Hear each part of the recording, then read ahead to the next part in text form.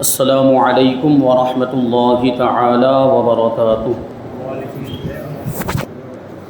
نحمده ونصلي ونسلم على رسوله الكريم اما بعد فاعوذ بالله من الشيطان الرجيم بسم الله الرحمن الرحيم ان الله وملائكته يصلون على النبي يا ايها الذين آمنوا صلوا عليه وسلموا تسليما اللهم صل على سيدنا ومولانا محمد معدن الجود والكرم وآلہ الکرام وابنہ الکریم وبارک وسلم صلاۃ وسلاما علیک یا رسول اللہ صلی اللہ تعالی علیہ وسلم۔ سورہ فاتحہ کے تعلق سے مسائل بیان کیے جا رہے ہیں۔ پہلا مسئلہ یہ بیان کیا گیا کہ ہر نماز میں اس سورت کا پڑھنا واجب ہے، یعنی سورہ فاتحہ کا پڑھنا واجب ہے۔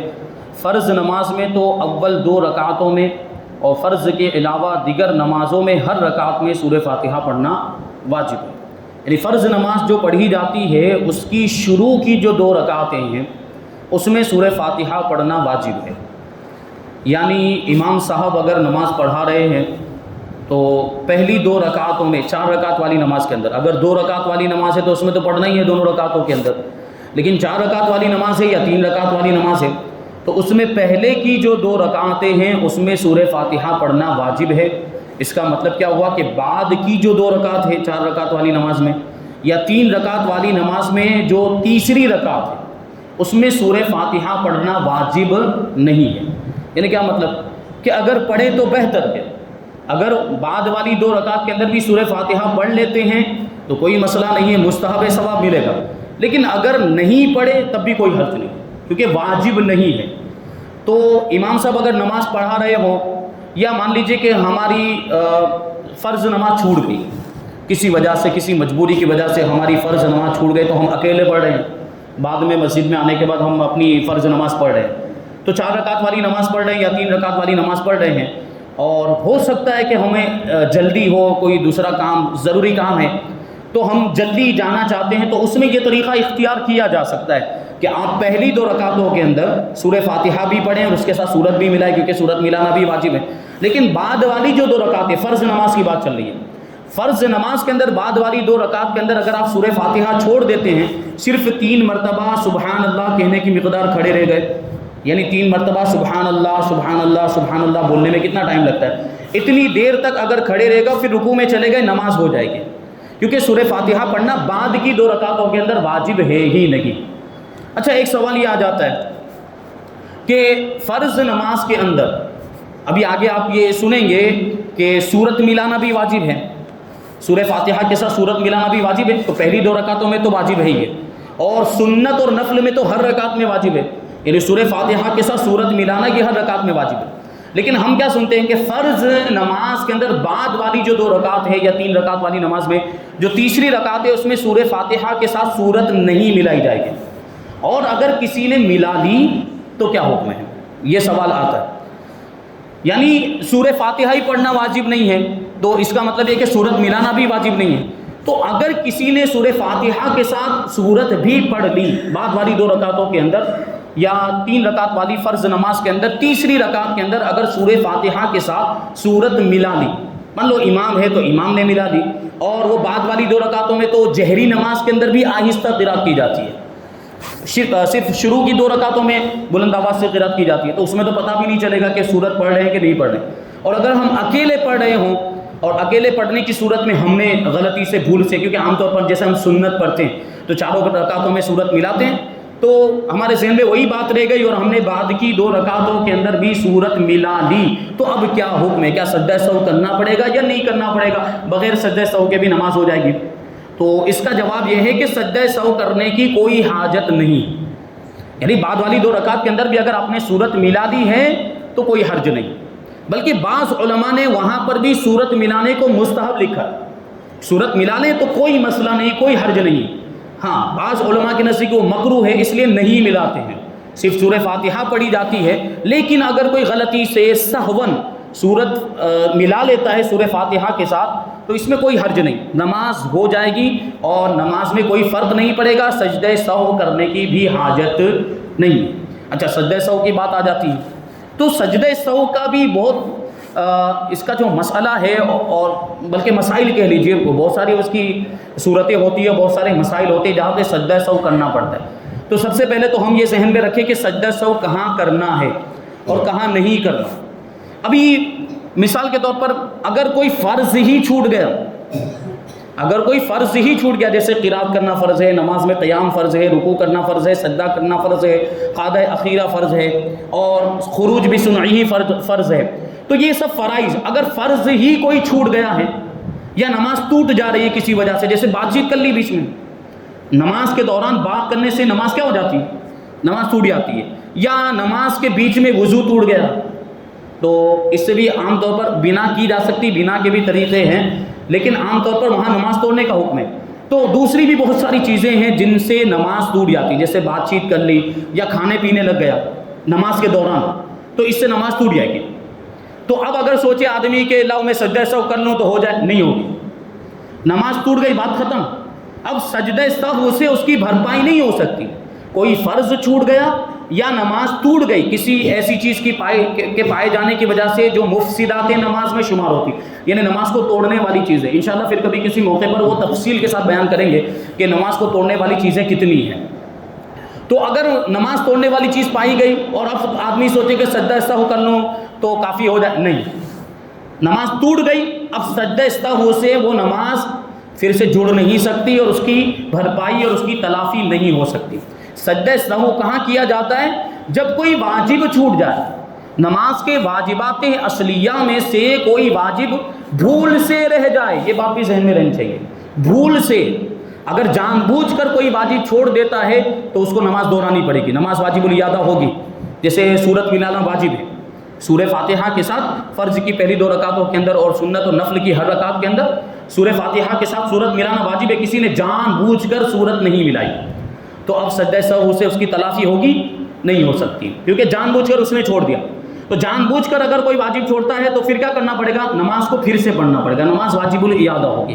یہاں بات چل رہی کہ کوئی واجب، نماز کا کوئی واجب بھول سے رہ جائے، جیسے یہی سورت کی بات لے لیں ہم کہ سورہ فاتحہ پڑھی لیکن سورت ملانا بھول گیا، رکوع میں چلا گیا، رکوع بھی ہو چکا، سجدے میں یاد آ رہا ہے، یعنی سجدے کی بات اس لیے کر رہا ہوں کہ رکوع میں اگر یاد آئے تو وہ لوٹ سکتا ہے واپس قیام کی طرف آ کے، وہ سورت ملا پھر رکوع کرے، لیکن مان لو کہ سجدہ بھی کر لیا، اب نہیں لوٹ سکتا، تو اب وہ سورت اس کی چھوٹ گئی، تو واجب چھوٹ گیا ہے غلطی سے، بھول سے، تو اب ایسی صورت میں وہ سجدہ سہو کرے گا اور سجدہ سہو سے اس کی نماز ہو جائے گی۔ بہرحال سجدہ سہو کے جو مسائل ہیں وہ بڑے باریک مسائل ہیں، تو ہم اور عام طور پر وہ مسائل نہیں جانتے ہیں، تو کبھی ایسا کوئی مسئلہ پیش آتا ہے عام طور پر نماز کے اندر امام صاحب سے کوئی غلطی ہو جاتی، تو ہمارا آپ کا ذہن کیا بنا ہوا ہے کہ نماز میں کوئی بھی غلطی ہو تو سجدہ سہو کرنا پڑے، یہ ذہن بنا ہوا ہے، جبکہ میں نے کیا کہا کہ نماز کے واجبات اصلیہ میں سے کوئی واجب چھوٹے تو سجدہ سہو کرنا پڑتا ہے،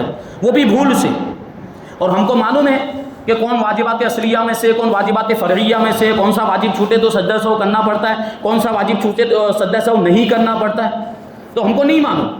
تو وہاں پر کیا ہوتا ہے، ایک شور اور بالکل ایک مطلب یوں کہ بہت بڑی کوئی غلطی ہو گئی اور پوری مسجد میں سب لوگ آپس میں چیمی گوئیاں کرنے لگ جاتے ہیں، سجدہ سہو کیوں نہیں کیا، سجدہ سہو کیوں نہیں کیا۔ یہ بات میں پہلے بھی بتا چکا ہوں کہ امام صاحب جو ہے وہ آپ سے زیادہ جانکار ہے، امام صاحب حافظ قرآن ہے یا عالم دین مدرسے میں پڑھے ہوئے، کتابیں پڑھی ہیں انہوں نے، تو ان کو زیادہ معلوم ہے کہاں سجدہ سہو کرنا ہے کہاں سجدہ سہو نہیں کرنا، تو پھر آپ کے چلانے کا کوئی مطلب ہوا کہ سجدہ سہو کیوں نہیں کیا، یہ کیوں ہو گیا۔ جیسے رمضان میں ایک مسئلہ پیش آیا تھا وتر کی نماز کے اندر، مجھے معلوم ہوا بعد میں، تو سب طرف بڑا اختلاف ہو گیا، اور اس طرح بات جیسے سب بہت بڑے بڑے مفتی نہیں ہو اس طرح بات ہو جاتی ہے، سب فتوے دے رہے ہیں سجدہ سہو کرنا چاہیے تھا، کیوں نہیں کیا، نماز نہیں ہوئی، یہ نہیں ہوا وغیرہ۔ تو آپ کو زیادہ معلوم ہے کہ امام صاحب کو زیادہ معلوم ہے، امام ظاہر سی بات امام صاحب زیادہ جانتے ہیں۔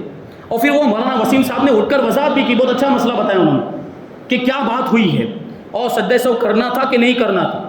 تو ہم اور آپ جتنی بھی بات کر لیں، ہم اور آپ جتنے بھی مطلب وہ اس کے اندر وہ غور و فکر کر لیں اور یا بیٹھ کر بحث مباحثہ کرنے جائیں، تو وہ کام ہمارا نہیں ہے، وہ کام عالموں کا ہے، وہ کام مفتیان کرام کا ہے، یا جو ہے امام صاحب ہے تو امام صاحب کو اب وہ دیکھنا ہے کہ امام صاحب اگر مان لیجئے امام صاحب کے پاس اس کی جانکاری نہیں ہے تو وہ پوچھیں گے، وہ بڑے عالم صاحب سے یا بڑے کسی مفتی صاحب سے پوچھ کر پھر آپ کو بتائیں گے لیکن آپ سے تو زیادہ جانکار ہیں وہ، تو ایسے موقع پر ہلہ نہیں کرنا اور چلانا شروع کر دیتے ہیں بھائی سجدہ سہو کیوں نہیں کیا، تو مطلب کیا کہ آپ سب سے بڑے عالم ہیں یا کیا آپ امام صاحب سے زیادہ جانتے ہیں، یہ بات آ جاتی ہے۔ تو یہ ذہن میں رہنا چاہیے، سجدہ سہو ہر جگہ پہ واجب نہیں ہوتا۔ جیسے ایک مثال دوں آپ کو کہ نماز میں الٹا قرآن شریف نہیں پڑھ سکتے، نماز میں الٹا قرآن شریف نہیں پڑھ سکتے۔ جیسے مثال کے طور پر کہ پہلے آتی ہے سورہ فیل الم ترا، پھر آتی ہے لیلاف قریش جیسے میں نے ابھی نماز کے اندر پڑھی، ابھی اس کا کوئی الٹا کر دے، یعنی پہلے لیلاف قریش پڑھ دے پھر الم ترا کیف فعل پڑھ دے، تو یہ بھی واجب ہے، یعنی سیدھا قرآن پڑھنا واجب ہے ترتیب کے مطابق، جو قرآن کی ترتیب ہے اس ترتیب کے مطابق قرآن شریف پڑھنا واجب ہے۔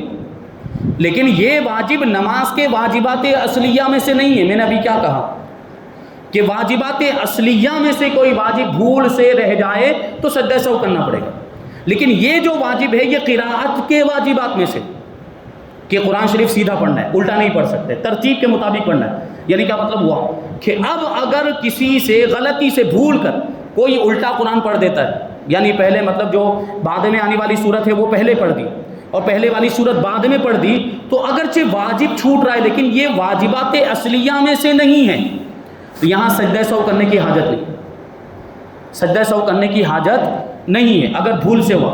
ہاں جان بوجھ کر اگر ایسا کرے گا تو گنہگار ہوگا، جان بوجھ کر نماز میں الٹا قرآن پڑھ رہا ہے تو جان بوجھ کر الٹا قرآن پڑھنے والا یہ گنہگار ہوگا، لیکن سجدہ سہو کرنے کی اب بھی حاجت نہیں، یعنی اب بھی نماز ہو گئی۔ یہ بات سمجھ میں آئی آپ کو؟ تو یہ باریک مسائل ہوتے ہیں۔ دیکھیے ابھی واجب یہاں پہ چھوٹ رہا ہے پھر بھی سجدہ سہو کرنے کی حاجت نہیں، ہو رہا ہے کہ نہیں؟ اب لوگ سمجھ لیتے ہیں کہ بھائی کوئی بھی غلطی ہو تو سجدہ سہو کرنا پڑے گا، ایسا نہیں ہے۔ کچھ غلطیاں ایسی ہوتی ہیں کہ نماز ہی ٹوٹ جاتی ہے، وہاں سجدہ سہو کرنے کا پھر کوئی مطلب ہی نہیں، اس سے بھرپائی نہیں ہو پائے گی، اور کچھ غلطیاں ایسی ہوتی ہیں جن کی وجہ سے سجدہ سہو واجب نہیں ہو رہا ہوتا ہے، تو وہاں سجدہ سہو کرنے کا کوئی مطلب نہیں۔ کیونکہ دیکھیں اگر سجدہ سہو واجب نہیں ہوا ہے اور امام صاحب پھر بھی سجدہ کر رہے ہیں تو اس سے ایک اور مسئلہ کھڑا ہو جائے گا۔ وہ کیا مسئلہ ہے؟ سجدہ سہو واجب نہ ہونے کے باوجود اگر امام صاحب سجدہ کر رہے ہیں تو عام طور پر نماز جماعت کے اندر کچھ لوگ ایسے ہوتے ہیں جو بعد میں شامل ہوتے ہیں، مسبوق جن کو کہا جاتا ہے، ایک رکعت یا دو رکعت چھوٹ جاتی ہے تو اس کو کیا کہتے ہیں؟ مسبوق مقتدی، جس کی ایک دو رکعت چھوٹ گئی۔ اور ایسے موقع پر اگر امام نے سجدہ سہو واجب نہ ہونے کے باوجود سجدہ کیا تو ظاہر سی بات ہے وہ جو مسبوق مقتدی اس کو تھوڑی پتہ ہے کہ سجدہ سہو واجب نہیں تھا پھر بھی سجدہ سہو کیا ہے، اس کو پتہ ہوگا؟ نہیں پتہ، کون سا واجب چھوٹا اس کو معلوم ہی نہیں، وہ تو یہ سوچے گا ہو سکتا ہے کہ میری جو دو رکعت چھوٹی ہے اس میں کوئی واجب چھوٹا ہوگا، اس لیے امام صاحب نے سجدہ کیا۔ تو اب وہ کیا کرے گا؟ وہ تو امام صاحب کے ساتھ سجدہ سہو کر ہی لے گا، امام صاحب کے ساتھ سجدہ سہو کرے گا کہ نہیں؟ وہ بھی جو مسبوق ہے وہ بھی، اور جیسے ہی وہ امام صاحب کے ساتھ سجدہ سہو کرے گا اس کی نماز گئی، اس کی نماز فاسد، ٹوٹ جائے گی۔ کیوں؟ کیونکہ امام صاحب کے اوپر سجدہ سہو واجب نہیں ہے، اور امام صاحب سجدہ سہو واجب نہیں تو سجدہ سہو کیسے کیا جاتا ہے؟ طریقہ آپ کو معلوم ہونا چاہیے۔ ایک طرف سلام پھیرا جاتا ہے اور پھر دو سجدے کیے جاتے ہیں، پھر واپس بیٹھ کر وہی التحیات، درود ابراہیم، دعائے معصورہ پڑھ کے پھر دونوں طرف سلام پھیرا جاتا ہے۔ تو امام صاحب پر سجدہ واجب، سجدہ سہو واجب نہ ہونے کی صورت میں جیسے ہی امام صاحب، اگرچہ سجدہ سہو کے لیے ہی وہ سلام پھیرتے ہیں، لیکن جیسے ہی امام صاحب ایک طرف سلام پھیرتے ہیں وہ نماز سے باہر ہو گئے، ان کی نماز مکمل ہو گئی، اگرچہ صرف التحیات پڑھ کے سلام پھیرا، کیونکہ اب درود ابراہیم سنت ہے، دعائے معصورہ مستحب ہے، نہیں پڑھے تب بھی کوئی حرج نہیں۔ تو ایک طرف جیسے ہی انہوں نے سلام پھیرا، کیونکہ ان کی نماز مکمل ہو چکی ہے، سجدہ سہو واجب تھا ہی نہیں، پھر بھی وہ سجدہ سہو کر رہے ہیں، تو جیسے ہی وہ ایک طرف سلام پھیریں گے امام صاحب کی نماز مکمل ہو گئی، وہ نماز سے باہر ہو گئے۔ اب وہ جو بعد میں جو دو سجدے کر رہے ہیں اس میں وہ امام ہے ہی نہیں، اب جو وہ امام رہے ہی نہیں تو ان کا مقتدی بھی نہیں رہا، اب ان کی اقتداء کرنا ہی جائز نہیں۔ اب جو مسبوق ہے وہ ظاہر سی بات ہے اب ایسے شخص کی اقتداء کر رہا ہے جو اس کا امام ہے ہی نہیں، وہ تو نماز سے باہر ہو چکا ہے۔ بات سمجھ میں آ رہی ہے؟ امام تو نماز سے باہر ہو چکا ہے، اب وہ ایسے آدمی کی اقتداء کر رہا ہے جو نماز میں ہے ہی نہیں۔ اور یہ مسئلہ ہے کہ نماز جو غیر نمازی اگر کوئی ہے جو نماز میں ہے ہی نہیں، اس کی اقتداء کرنے سے نماز فاسد ہو جاتی ہے، تو وہ مسبوق مقتدی کی نماز فاسد ہو گئی، اور بسا اوقات پتہ بھی نہیں چلتا اس کو کہ میری نماز فاسد ہو چکی ہے۔ تو بہرحال یہ سجدہ سہو کے باریک مسائل ہیں. تو انشاءاللہ یہ موقع جیسا ہوگا، جیسی مطلب فرصت ہوگی، ہم انشاءاللہ اس کو سجدہ سہو کے مسائل بھی شامل کرتے چلیں گے. تو بہرحال تو فرض کی پہلی 2 رکعتوں کے اندر سورہ فاتحہ پڑھنا واجب ہے، اور فرض کی بعد والی 2 رکعتوں کے اندر یا 3 رکعت والی نماز کے اندر وہ تیسری رکعت کے اندر سورہ فاتحہ پڑھنا واجب نہیں ہے. اور دیگر نمازوں میں یعنی سنت اور نفل و وتر میں ہر رکعت کے اندر سورہ فاتحہ پڑھنا واجب ہے. مسئلہ، امام کے پیچھے مقتدی کو سورہ فاتحہ پڑھنا سخت منع ہے. مقتدی خاموش کھڑا رہے گا، وہ سورہ فاتحہ بھی نہیں پڑھ سکتا اور سورت بھی نہیں پڑھ سکتا، بلکہ اعوذ باللہ اور بسم اللہ بھی نہیں پڑھے گا. پہلی رکعت ہے تو ثنا پڑھ کے خاموش کھڑا رہے، ثنا پڑھنے کے بعد خاموش کھڑا رہے. ہاں اگر جہری نماز ہے، مان لو ہم تھوڑا لیٹ شامل ہوئے اور امام صاحب نے قرات کرنا شروع کر دیا تھا، تو اب ثنا بھی نہیں پڑھنی. اب ثنا ساقط ہو گئی، آپ کے ذمے سے ثنا ساقط ہو گئی، اب ثنا نہیں پڑھنی ہے. اب ویسے ہی آ کے آپ نماز میں اللہ اکبر کہہ کر شامل ہو جائیں اور خاموش کھڑے رہیں. اچھا کبھی ایسا ہوتا ہے کہ ہماری 1 یا 2 رکعت چھوٹ جاتی ہیں، اور مان لیجئے کہ وہ جو نماز ہے وہ سری نماز ہے. سری نماز یعنی آہستہ جن نمازوں میں قرات کی جاتی ہے ان نمازوں کو سری نماز کہا جاتا ہے.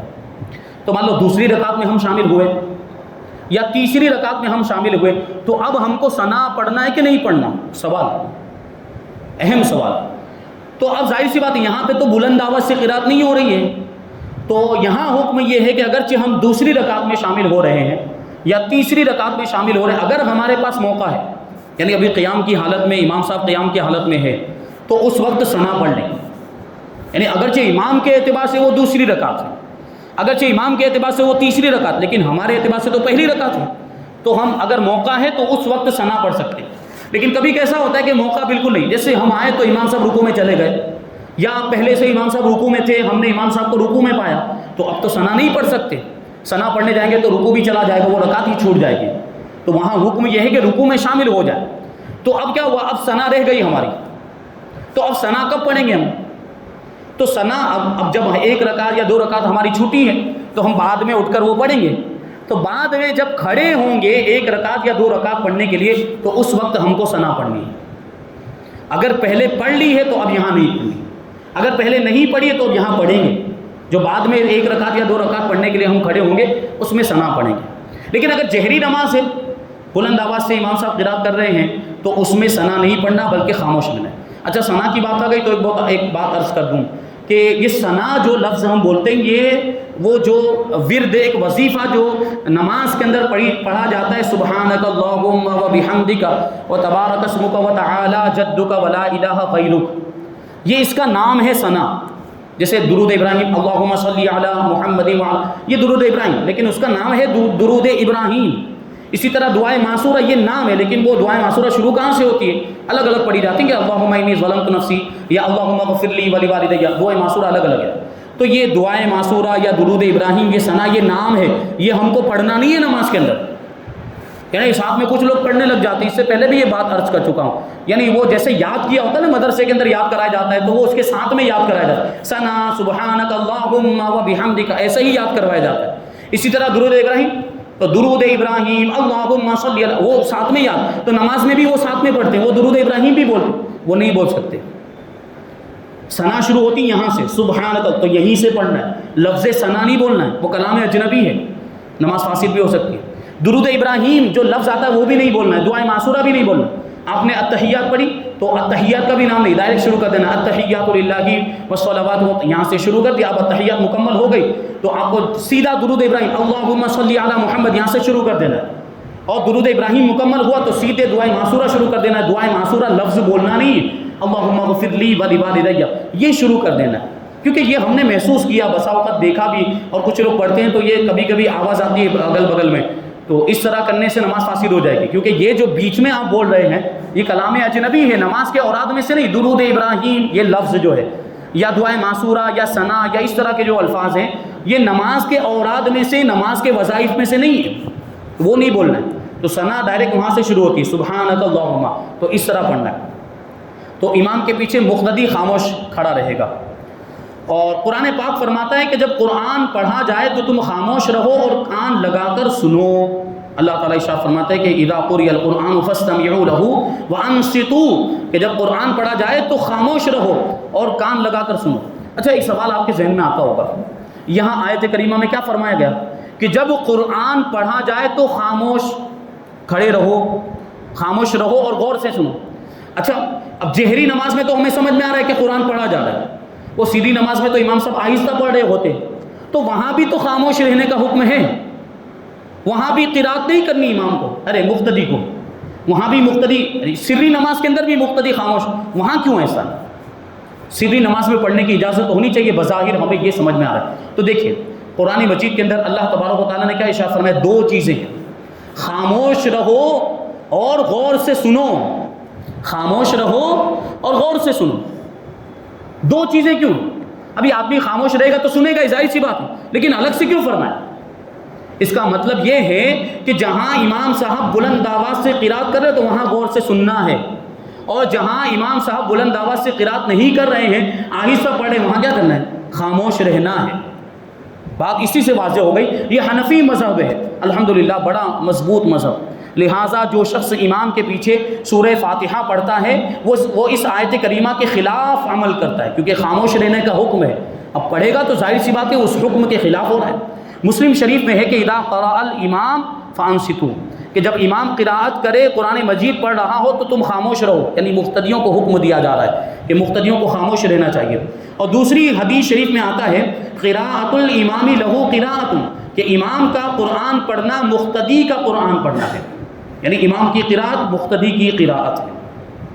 نیز تقریباً 80 جلیل القدر صحابہ کرام سے منقول ہے کہ وہ حضرات امام کے پیچھے سورہ فاتحہ پڑھنے سے منع فرماتے تھے، ان میں حضرت علی مرتضیٰ اور حضرت عبداللہ ابن مسعود رضی اللہ تعالی عنہم جیسے بھی جلیل القدر صحابہ کرام موجود، کہ ان کا مذہب اور موقف یہی تھا کہ مقتدی خاموش کھڑا رہے گا، مقتدی سورہ فاتحہ نہیں پڑھے گا۔ اب یہ سورہ فاتحہ کی بات آ رہی ہے تو اس کا کیا مطلب سورت پڑھے گا؟ نہیں، سورت بھی نہیں پڑھنی۔ جب سورہ فاتحہ نہیں پڑھیں گا تو بعد والی سورت کیوں پڑھے گا؟ خاموش کھڑا رہے گا جب تک قرات ہو رہی۔ یہ فتاوی شامی کے اندر یہ بات لکھی ہوئی، اور تحاوی شریف کے اندر اس کی پوری تفصیل بیان کی گئی۔ نیز اگر مقتدی پر سورہ فاتحہ پڑھنا ضروری ہوتا تو جو شخص رکوع میں امام سے ملتا وہ رکعت نہ پاتا، کیونکہ اس کا فرض یعنی سورہ فاتحہ پڑھنا رہ گیا۔ کیا مطلب ہوا؟ کہ اگر آدمی اس وقت آیا جب امام صاحب رکوع میں جا چکے تھے تو اس وقت کیا حکم ہے؟ وہ سیدھا ایک بار اللہ اکبر کہے گا، دوسری مرتبہ اللہ اکبر کہتا ہوا کیا کرے گا؟ رکوع میں چلا جائے گا۔ اب اس کے لیے سورہ فاتحہ رہی، اس کے لیے سورت ملانا رہا ساقط۔ تو اگر سورہ فاتحہ پڑھنا مقتدی کے لیے ضروری ہوتا تو پھر اس کو وہ رکعت ہی نہ ملتی جس نے امام کو رکوع میں پایا۔ بات سمجھ میں آئی کہ نہیں؟ تو یہ دیکھیے ہمارا مذہب اس سے اور زیادہ مضبوط ہو جاتا ہے، مذہب حنفی۔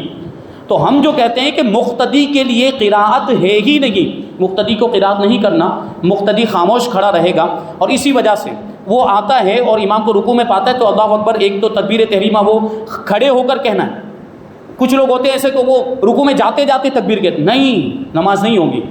ایک تکبیر سیدھے کھڑے ہو کر کہنی ہے اور دوسری تکبیر کہتے ہوئے رکوع میں جانا ہے، 2 تکبیریں ہوں گی۔ اگر امام کو ہم نے رکوع میں پایا تو اس سے وہ رکعت مل جاتی ہے، یعنی قراءت تو ویسے بھی نہیں ہے، اور یہاں تو مجبوری کی صورت کے امام کو رکوع میں پایا تو اور زیادہ وہ قراءت اس سے ساقط ہو جاتی۔ اور بھی کچھ اس کے تعلق سے باتیں آگے بیان کریں گے کہ ہمارے مذہب میں، حنفی مذہب کے اندر مقتدی کے لیے قراءت کیوں نہیں ہے، اور عقلی دلائل کی روشنی میں بھی اس کو ثابت کریں گے۔ اللہ تبارک و تعالیٰ کی بارگاہ میں دعا ہے کہ جو کچھ بھی بیان ہوا اس پر ہم سب کو عمل کرنے کی توفیق عطا فرمائے، اور نور قرآن سے ہم سب کے دلوں کو روشن اور منور فرمائے۔ وما علینا الا البلاغ۔ السلام علیکم۔